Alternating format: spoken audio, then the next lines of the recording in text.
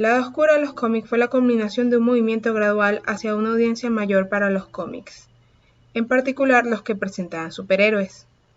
Por lo general se caracteriza como un periodo más oscuro y más nervioso, con mayor enfoque en el sexo, la violencia y las representaciones oscuras y ásperas de los personajes involucrados. Se acepta que la Edad Oscura de los cómics comenzó en 1986, un año decisivo con la publicación de The Dark Knight Returns de Frank Miller y Watchmen de Alan Moore. Estas fueron dos obras que inspiraron a la creación de más contenido de este tipo. Ambas obras eran oscuras, complejas y tomaron el género de los superhéroes y lo desconstruyeron, infundiéndole una mayor complejidad política y psicológica y una mayor cantidad de contenido gráfico sexual y violento de lo que se había visto anteriormente. También iniciaron una tendencia de retratar a los superhéroes no como héroes de pura moralidad, como habían sido vistos hasta ahora, sino como antihéroes neuróticos y atormentados. En 1986, el universo de DC Comics se reescribió después de Crisis on Infinite Earths. Este fue el primer Crisis crossover y su éxito allanó el camino para más grandes eventos durante la década, que además generó un reinicio que ayudaría a establecer el tono general de los cómics que seguirían, y a medida que los editores comenzaron a elegir qué se quedaba y qué se descartaba, parecía cada vez más claro que se eliminaron más elementos suaves, a medida que los cómics comenzaron a dirigirse a una audiencia más madura. Nuevas editoriales. Con el fin de atraer más lectores adultos sin dejar de mantener sus universos principales, al menos nominalmente aptos para la familia, las editoriales comenzaron a crear y a utilizar sellos, subpublicaciones de una empresa que se especializaba en contenido específico para personas con ciertos intereses. Uno de los sellos más exitosos fue Vertigo Comics de DC, que se especializó en una reimaginación de personajes del universo de DC en contextos más oscuros.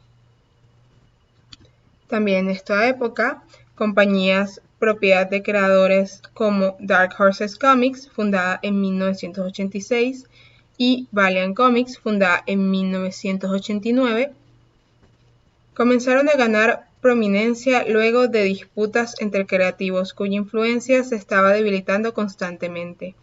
Al igual que los sellos de las principales editoriales, estas empresas más pequeñas a menudo se especializaban en material dirigido a lectores adultos. Las contribuciones de Liefeld. Liefeld, uno de los creadores más populares de la época, influyó en la era de tres formas principales. En primer lugar, los personajes que ideó actuaron como codificadores del arquetipo para el antihéroe de los 90. El personaje de Cable, presentado por Liefeld como líder del spin-off de Marvel X-Men, The New Mutants, fue particularmente importante. Aunque inicialmente era un villano, su personaje se utilizó para cumplir un mandato editorial que pedía a un hombre de acción, que actuara como un contraste con el estilo de liderazgo más suave de Xavier. En segundo lugar, la obra de arte de Liefeld, oscura, áspera y angular, era perfecta para el tono más oscuro de los cómics de la época, y comenzó a ser ampliamente imitada, hasta el punto de que incluso sus defectos fueron emulados por otros artistas. La tercera influencia que tuvo Liefeld fue a través de Image Comics, una fuente clave de algunos de los contenidos más influyentes de la era, fundada en 1992 tras una disputa entre 7 de los principales artistas de Marvel, incluido Liefeld, sobre los derechos de los creadores. Entre sus principios, los creadores tenían el control total de su propio producto, estaban completamente libres del código de cómics y, con algunos de los creadores más populares de la época a bordo, se hicieron conocidos por dos cosas: los cómics que dependían en gran medida de sexo y violencia y los cómics que se vendieron como pólvora. Nuevos conceptos. Marvel también estaba probando activamente nuevos conceptos y personajes, dándoles su propia serie, incluyendo The New Warriors, Sleepwalker, Darkhawk y Thunderstrike. Lamentablemente, todos estos títulos eventualmente serían cancelados, aunque todos tenían sus propios méritos y seguidores de culto. El material resultante ha sido muy discutido por los fanáticos con respecto a su calidad.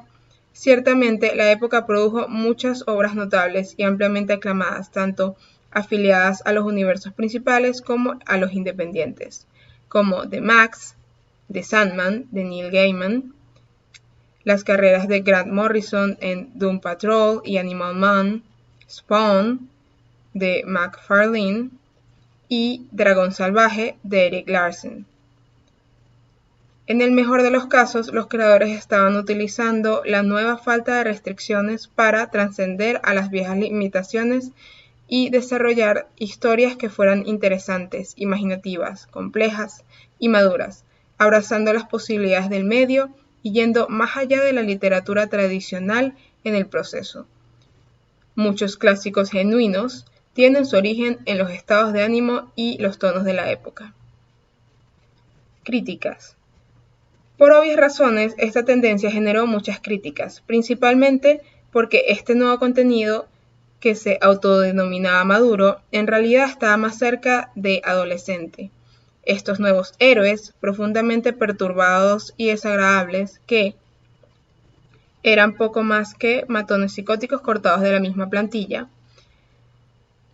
La representación de las mujeres no era el punto más maduro que se representaba en este género.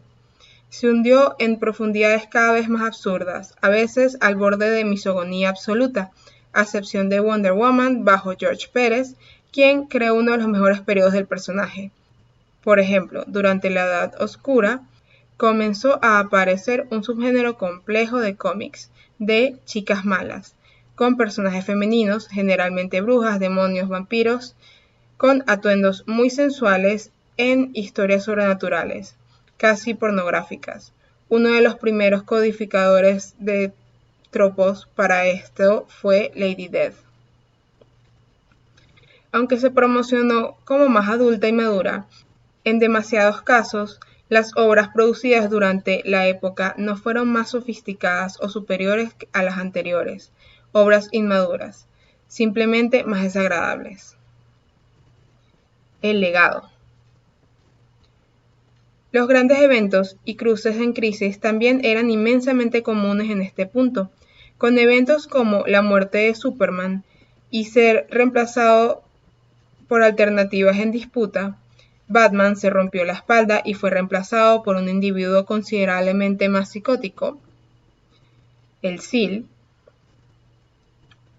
Ver a Green Lantern volviéndose malvado y Spider-Man es reemplazado por un clon. Incluso Wonder Woman y Flash fueron reemplazados brevemente por sus doppelgangers. Y Aquaman perdió una mano y se dejó crecer la barba. Sin embargo, muchos de estos eventos fueron mal recibidos por los fanáticos, quienes no apreciaron que sus personajes favoritos fueran alterados más allá de reconocimiento. Y los cruces constantes tendieron a interrumpir el flujo de historias en títulos individuales, creando así un desorden de historias en curso. La idea era exigir a los lectores que compren numerosos libros diferentes, incluidos títulos que no les gusten particularmente o que no lean habitualmente para seguir la narrativa.